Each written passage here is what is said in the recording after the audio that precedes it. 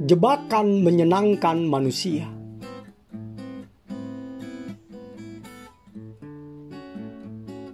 Shalom mitra produktif, masih bersama dengan saya, Pastor Tommy Ringo, di YouTube Tahta Daud Channel dan di podcast Anchor Produktif dalam program 50 episode kehidupan yang dikendalikan oleh tujuan yang Alkitabiah. Untuk apa kita ada di dunia ini? Episode 42. Sebelum kita belajar bersama dan memulai perjalanan rohani yang mengasyikkan ini, mari kita memperkatakan dan merenungkan firman Allah yang tertulis dalam kitab Amsal 29 ayat 25 yang berkata, "Takut kepada orang mendatangkan jerat, tetapi siapa percaya kepada Tuhan dilindungi." Juga firman Allah yang tertulis dalam surat Galatia 1 ayat 10 yang berkata, "Jadi bagaimana sekarang? Adakah ku cari kesukaan manusia atau kesukaan Allah? Adakah ku coba berkenan kepada manusia? Sekiranya aku masih mau mencoba berkenan kepada manusia, maka aku bukanlah hamba Kristus."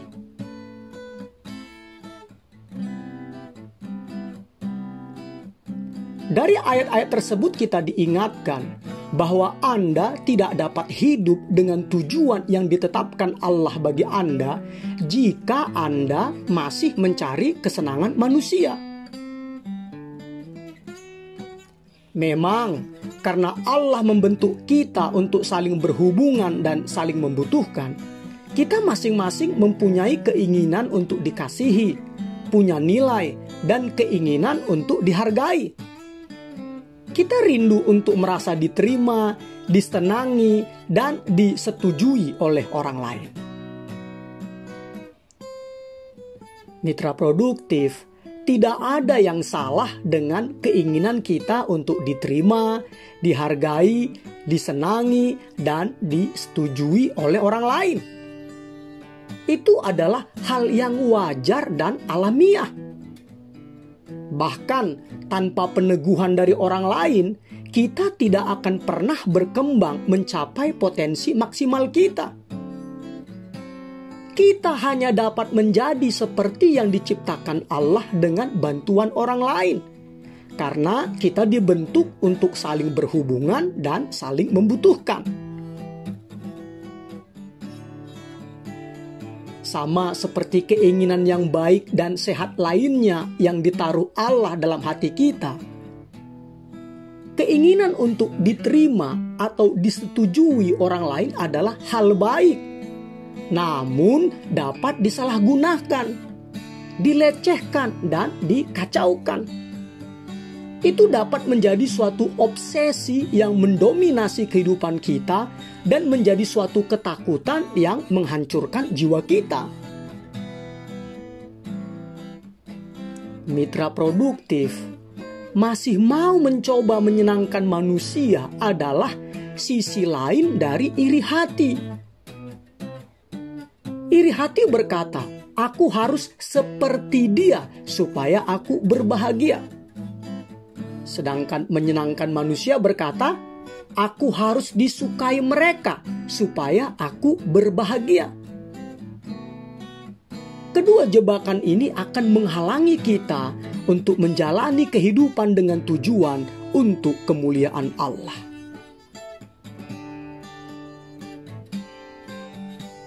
Sisi gelap dari menyenangkan manusia adalah ketakutan akan ditolak. Ketakutan akan ditolak ini sering menjadi kekuatan yang begitu besar sehingga kita mundur dari apa yang kita ketahui adalah hal yang benar untuk dilakukan. Karena itulah tekanan antar teman seusia atau seprofesi begitu efektif mengendalikan apa yang kita lakukan dan katakan. Tekanan ini baik di sekolah, di tempat kerja, di tempat kita tinggal, berakar dari rasa takut ditolak. takut ditolak adalah akar dari berusaha menyenangkan orang lain.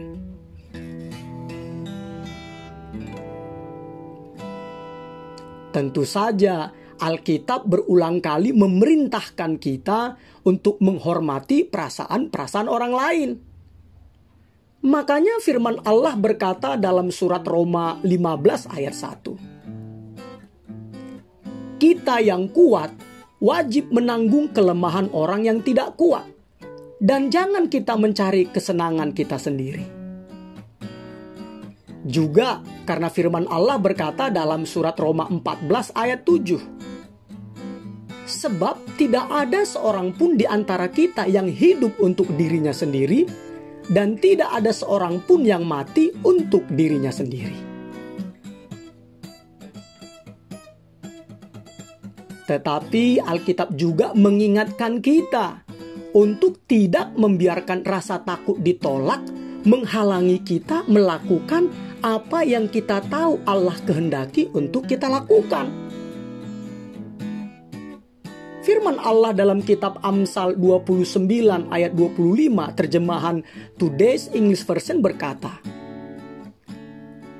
takut dengan apa yang dipikirkan orang lain tentang dirimu itu berbahaya. Parafrasa dari ayat yang sama berkata, takut kepada orang mendatangkan jerat, tetapi siapa percaya kepada Tuhan dilindungi.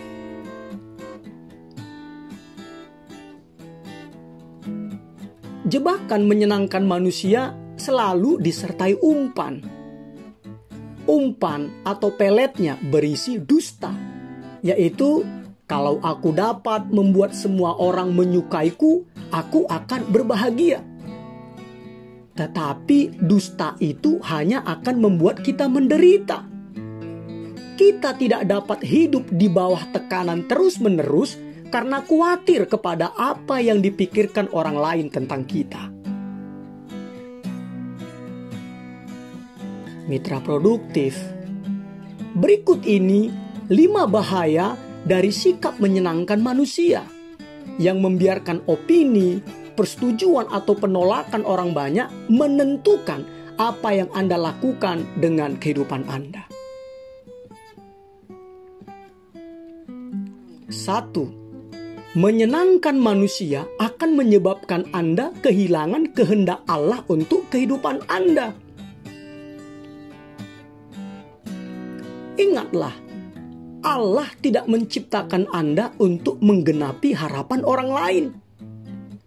Anda diciptakan untuk menyenangkan Allah. Allah selalu tertarik pada mengapa Anda melakukan daripada bagaimana Anda melakukannya. Anda dapat melakukan segala pekerjaan yang baik, tetapi jika dimotivasi Anda hanyalah untuk membuat orang lain kagum, saya ulang lagi ya. Tetapi jika dimotivasi Anda hanyalah untuk membuat orang lain kagum, memperoleh penghargaan, atau menghindari penolakan, Anda salah sasaran. Jika Anda selalu terfokus pada apa yang diinginkan orang lain untuk Anda tidak dapat menjadi orang yang diinginkan Allah. Harapan orang lain akan memenjarakan Anda, membatasi potensi-potensi Anda, dan menghalangi Anda memanifestasikan impian yang Allah taruh dalam hati Anda. 2. Menyenangkan manusia menghalangi pertumbuhan iman Anda. Rasa takut ditolak membuat Anda takut mengambil resiko dalam iman. Tanpa berani mengambil resiko, iman Anda tidak dapat diperluas dan dikembangkan. Banyak orang bahkan tidak berani mengambil langkah iman dalam Kristus karena mereka takut teman-teman atau keluarga mereka tidak menyetujui atau memandang rendah mereka. Ini adalah kesalahan fatal. Jangan pernah membiarkan opini orang lain menghalangi hubungan Anda dengan Allah. Mitra produktif, menyenangkan manusia adalah kelemahan emosional. Sikap ini melumpuhkan potensi Anda. Rasa takut pada pendapat orang lain melumpuhkan Anda. Tentu saja, rasa takut apapun menghalangi pertumbuhan rohani Anda. Tetapi, mengkhawatirkan pendapat orang lain adalah yang paling melumpuhkan. Jika Anda menghargai pendapat seseorang lebih penting dari pendapat Allah, berarti Anda memberikan kepada orang tersebut kuasa atau otoritas yang seharusnya hanya dimiliki Allah saja. Ketika persetujuan Allah paling penting untuk Anda, itu akan membebaskan Anda dari rasa tidak aman, karena Allah tidak akan menolak Anda.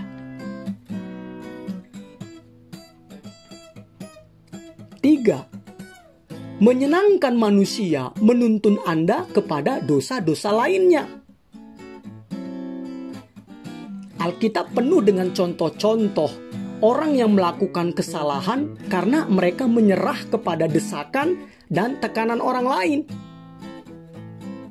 Contohnya Ruben yang setuju menjual Yusuf adiknya karena desakan saudara-saudaranya. Harun membuat berhala lembu emas untuk disembah karena apa? Karena bangsa Israel mendesaknya. Simson melanggar sumpahnya kepada Allah karena apa? Karena didesak oleh kekasihnya. Petrus menyangkal mengenal Yesus karena apa? Karena ia takut kepada apa yang mungkin dikatakan orang lain kepadanya. Pilatus, walaupun ia tahu Yesus tidak bersalah, tapi ia membiarkan Yesus untuk dihukum. Karena apa? Karena takut penolakan orang-orang Yahudi. Jika Anda jujur, Anda akan dapat mengingat saat-saat ketika Anda tunduk pada tekanan teman, seperti yang dialami oleh tokoh-tokoh yang saya sebutkan tadi. Mitra produktif, jika teman-teman Anda, bahkan pacar Anda membuat Anda mengabaikan komitmen Anda kepada Yesus, menyangkal keyakinan Anda, mengkompromikan nilai-nilai Anda, atau melepaskan impian yang Allah berikan kepada Anda perlu mencari teman-teman lain atau pacar lain. Kenapa? Karena firman Allah berkata dalam kitab Amsal 1 ayat 10. Hai anakku, jikalau orang berdosa hendak membujuk engkau, janganlah engkau menurut. Juga firman Allah yang berkata dalam surat 1 Korintus 15 ayat 33 sampai 34a. Janganlah kamu sesat. Pergaulan yang buruk merusakkan kebiasaan yang baik. Sadarlah kembali sebaik-baiknya dan jangan berbuat dosa lagi. 4. Menyenangkan manusia menimbulkan kemunafikan. Orang yang suka menyenangkan orang lain, sebenarnya dia sedang memakai topeng. Dan mereka berganti-ganti peran tergantung penontonnya. Mereka memakai satu topeng di rumah, satu topeng lagi di gereja, dan topeng yang lainnya lagi di tempat kerja. Mereka adalah orang-orang munafik. Mitra produktif, jika Anda terjebak dalam peran menyenangkan manusia, sesungguhnya Anda menyembunyikan diri Anda yang sebenarnya. Karena apa? Karena takut ditolak. Anda akan mengkompromikan keyakinan Anda agar dapat diterima secara sosial dan dibenarkan secara politis. Yesus berkata kepada orang-orang munafik dalam Injil Lukas 16 ayat 15. Kamu membenarkan diri di hadapan orang, tetapi Allah mengetahui hatimu. Sebab apa yang dikagumi manusia dibenci oleh Allah.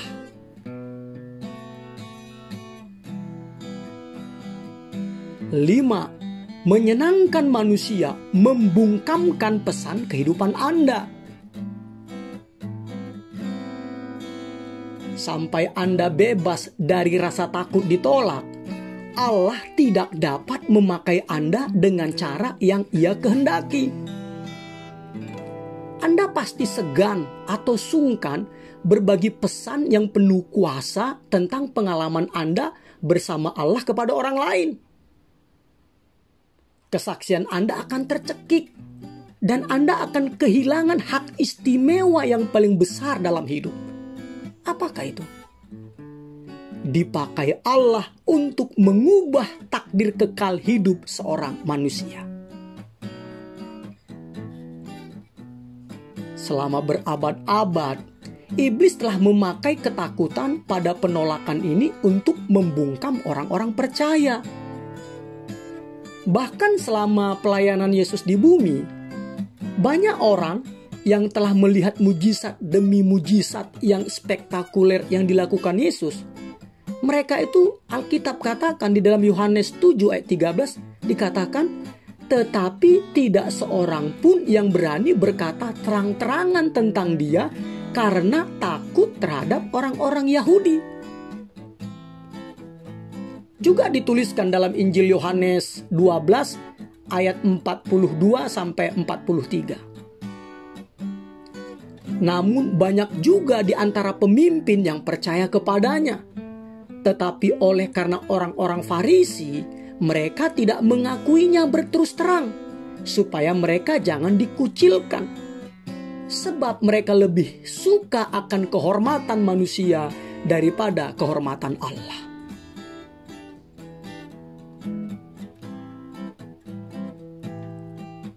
Jika Anda selalu sungkan atau segan berbagi iman Anda kepada orang lain, berarti Anda mempunyai masalah dengan menyenangkan orang lain.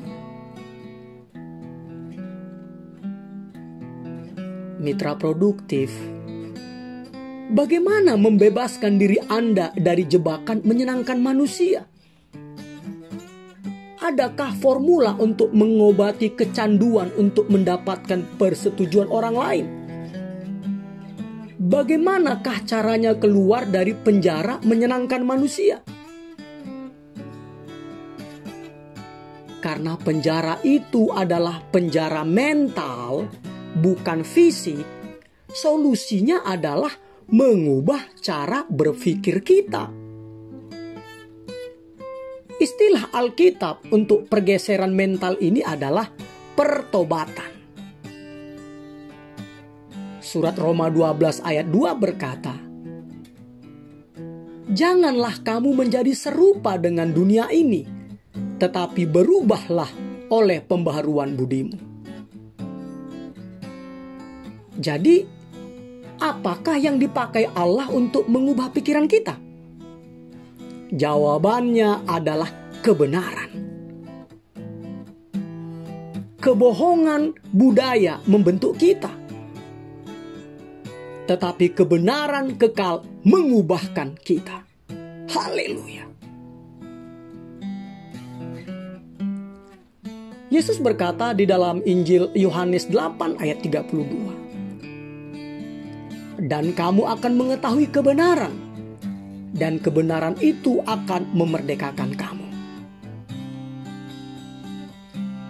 Berikut ini ada 6 kebenaran yang perlu diingat ketika Anda tergoda untuk menyerah pada tekanan teman sebaya.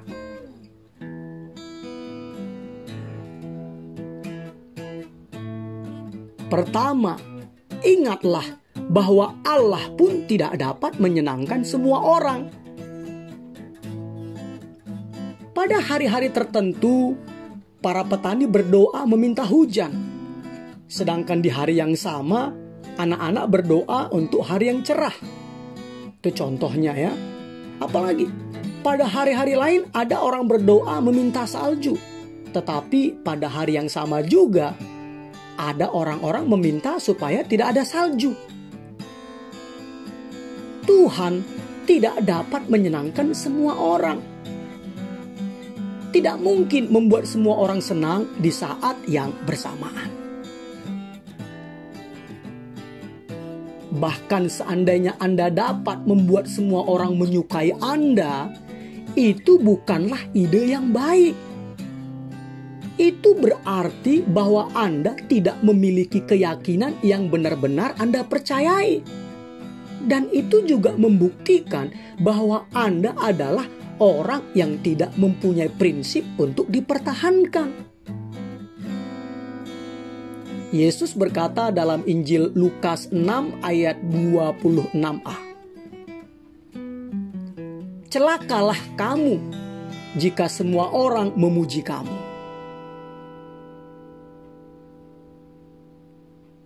Kedua, ingatlah bahwa Anda tidak memerlukan persetujuan siapapun untuk berbahagia. Kebahagiaan adalah pilihan. Anda sebahagia dengan apa yang Anda pilih. Apa yang dipikirkan atau dikatakan orang tentang Anda tidak dapat merampas kebahagiaan Anda, kecuali Anda mengizinkannya. Adalah fakta kehidupan bahwa di atas planet kita yang rusak, yang dipenuhi orang-orang yang rusak ini, selalu ada orang yang menghina penampilan Anda, tidak menyukai apa yang Anda lakukan, tidak setuju dengan apa yang Anda percayai, memperdebatkan apa yang Anda katakan, dan tidak menghargai siapa Anda sebenarnya. Tetapi mereka tidak dapat mengendalikan emosi Anda kecuali Anda mengizinkannya. Penolakan tidak harus menghancurkan Anda. Anda tidak memerlukan persetujuan orang lain untuk bersukacita. Daripada memperhatikan orang yang tidak dapat memberikan persetujuan, pusatkanlah perhatian Anda kembali kepada Yesus yang menerima Anda tanpa syarat. Semakin penting arti Yesus untuk Anda, semakin bebas Anda dari penolakan orang lain. Yesus menjanjikannya dengan berkata dalam Injil Yohanes 8 ayat 36. Jadi, apabila anak itu memerdekakan kamu, kamu pun benar-benar merdeka. Mengenal Yesus secara pribadi dan akrab akan membebaskan Anda dari banyak hal, seperti beban rasa bersalah, racun kebencian, tekanan kerja berlebihan, tekanan materialisme, kebiasaan mencandu atau ketergantungan narkoba, dan rasa takut pada kematian. Tetapi salah satu kebebasan yang paling besar yang ditawarkan Yesus adalah kebebasan dari rasa takut pada penolakan. Itu adalah kunci menuju damai sejahtera. Jika Anda memandang atau berharap kepada manusia manapun untuk membuat Anda berbahagia, atau menjaga Anda untuk tetap berbahagia, akhirnya Anda akan kecewa. Kenapa? Karena tidak ada manusia yang mampu memenuhi semua kebutuhan Anda seperti rasa aman, persetujuan, penerimaan, dan kasih, serta membuat Anda terus bahagia. Tidak ada. Hanya Allah lah yang dapat memenuhi semua kebutuhan Anda. Jika Anda mengharapkan orang lain memenuhi kebutuhan yang hanya dapat dipenuhi oleh Allah, Anda telah berlaku tidak adil kepada orang tersebut. Kenapa? Karena Anda sedang merencanakan orang tersebut untuk gagal, dan Anda sedang menempatkan diri Anda pada kepahitan. Mitra produktif, Allah berulang kali menjanjikan bahwa Ia tidak akan pernah melupakan, membuang, dan menolak Anda. Seperti yang Dia katakan dalam Mazmur 27 ayat 10. Sekalipun ayahku dan ibuku meninggalkan aku, namun Tuhan menyambut aku. Ketiga, ingatlah bahwa apa yang kelihatannya penting sekarang sebenarnya hanya bersifat sementara.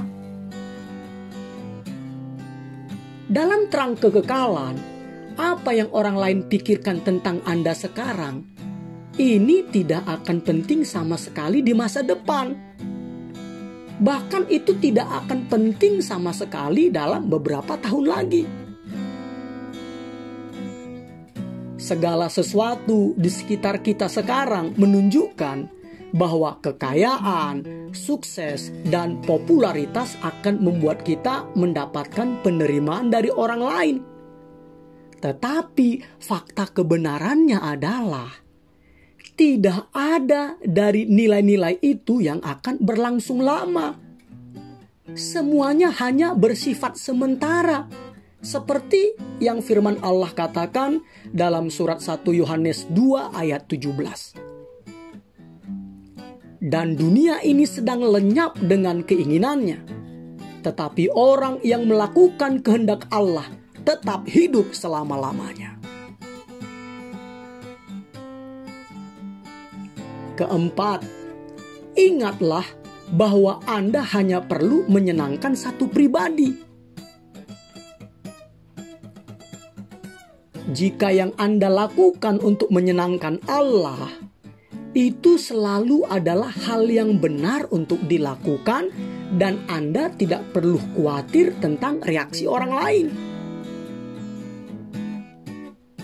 Perintah pertama dan kedua dari 10 perintah Allah adalah jangan ada padamu Allah lain di hadapanku. Dan jangan membuat bagimu patung yang menyerupai apapun. Itu tertulis di dalam Keluaran 20 ayat 3-4. Patung atau berhala adalah apapun yang Anda dahulukan sebelum Allah. Itulah berhala. Jika persetujuan orang lain lebih penting bagi Anda dibandingkan persetujuan Allah, orang itu telah menjadi berhala dalam kehidupan Anda. Yesus menunjukkan bahwa tidak mungkin mempunyai dua tuan dalam kehidupan Anda. Matius 6 ayat 24. Anda harus memilih. Seperti yang Paulus katakan dalam surat Galatia 1 ayat 10. Jadi bagaimana sekarang? Adakah ku cari kesukaan manusia atau kesukaan Allah? Adakah ku coba berkenan kepada manusia? Sekiranya aku masih mau mencoba berkenan kepada manusia, maka aku bukanlah hamba Kristus.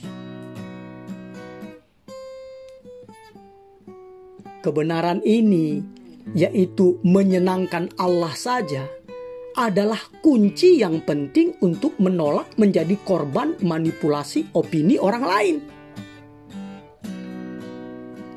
Alasan yang membuat Yesus tidak diombang-ambingkan oleh kritik atau rasa takut pada penolakan adalah karena Ia tinggal di hadapan Bapa. Seperti yang Dia katakan di dalam Injil Yohanes 5 ayat 30. Aku tidak menuruti kehendakku sendiri, melainkan kehendak Dia yang mengutus aku. Kelima, ingatlah bahwa suatu saat nanti Anda akan memberikan pertanggungan jawab kehidupan Anda kepada Allah. Akan ada hari penghakiman. Seperti firman Allah katakan dalam surat Roma 14 ayat 12. Demikianlah setiap orang di antara kita akan memberi pertanggungan jawab tentang dirinya sendiri kepada Allah. Anda akan diminta menjelaskan setiap hal yang telah Anda katakan dan yang telah Anda lakukan.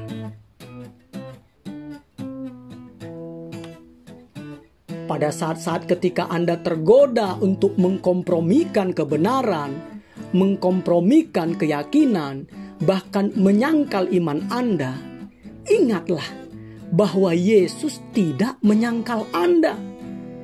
Yesus mati di depan umum untuk Anda. Yesus tidak malu karena Anda. Ia menganggap Anda sebagai bagian dari keluarganya. Jika Anda telah bertobat dari dosa-dosa Anda dan mempercayai Dia untuk memberikan keselamatan kepada Anda. Tetapi inilah pertanyaannya. Karena takut ditolak, apakah Anda malu mengakui Yesus di depan umum? Ingatlah suatu hari nanti, Anda akan memberikan pertanggungjawaban kepada Yesus. Dan Yesus sudah memperingatkan kita, seperti yang dikatakannya di dalam Injil Lukas 9 ayat 26. Sebab barang siapa malu karena aku dan karena perkataanku, Anak Manusia juga akan malu karena orang itu, apabila ia datang kelak dalam kemuliaannya dan dalam kemuliaan Bapa dan malaikat-malaikat kudus. Apakah Yesus akan malu mengakui Anda karena Anda malu mengakui Dia?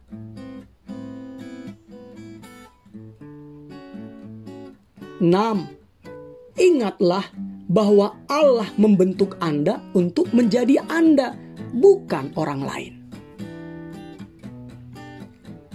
Ini adalah kebenaran akhir yang harus dipegang. Ingat, Allah tidak akan berkata, "Mengapa engkau tidak menjadi seperti saudaramu, atau ayahmu, atau ibumu?" Allah juga tidak akan bertanya, "Apakah engkau populer? Apakah semua orang menyukaimu? Dan apakah engkau memenuhi semua harapan mereka?" Tidak.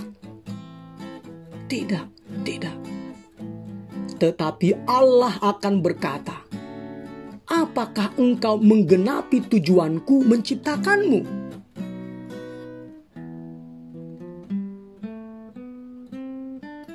Mitra produktif, 2 episode terakhir telah menjelaskan 2 penghalang besar untuk menjalani kehidupan seperti yang Allah rancang untuk Anda.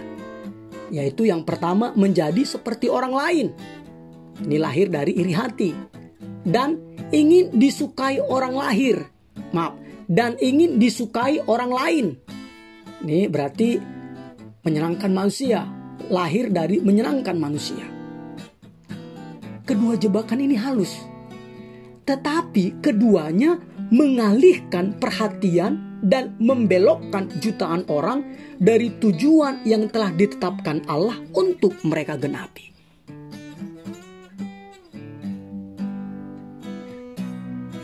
Mitra produktif, saya siap membantu Anda dalam perjalanan rohani Anda.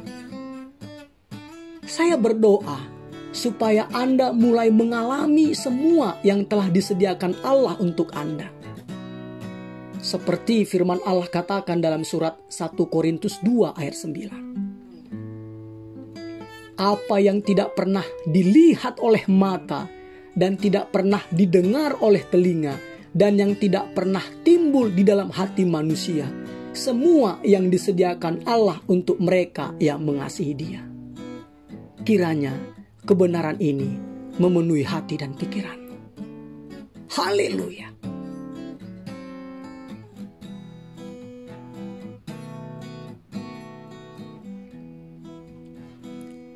Episode 42. Berpikir dan merenungkan tujuan hidup saya.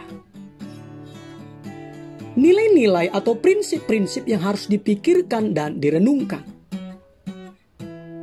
Kebahagiaan adalah pilihanku. Aku tidak memerlukan opini atau persetujuan orang lain untuk berbahagia. Ayat untuk diingat. Mazmur 27 ayat 10. Sekalipun ayahku dan ibuku meninggalkan aku, namun Tuhan menyambut aku. Pertanyaan untuk dipikirkan dan direnungkan. Pendapat siapakah yang paling penting bagiku? Persetujuan siapakah yang untuknya aku hidup?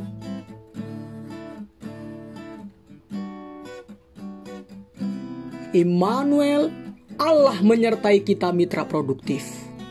Amin.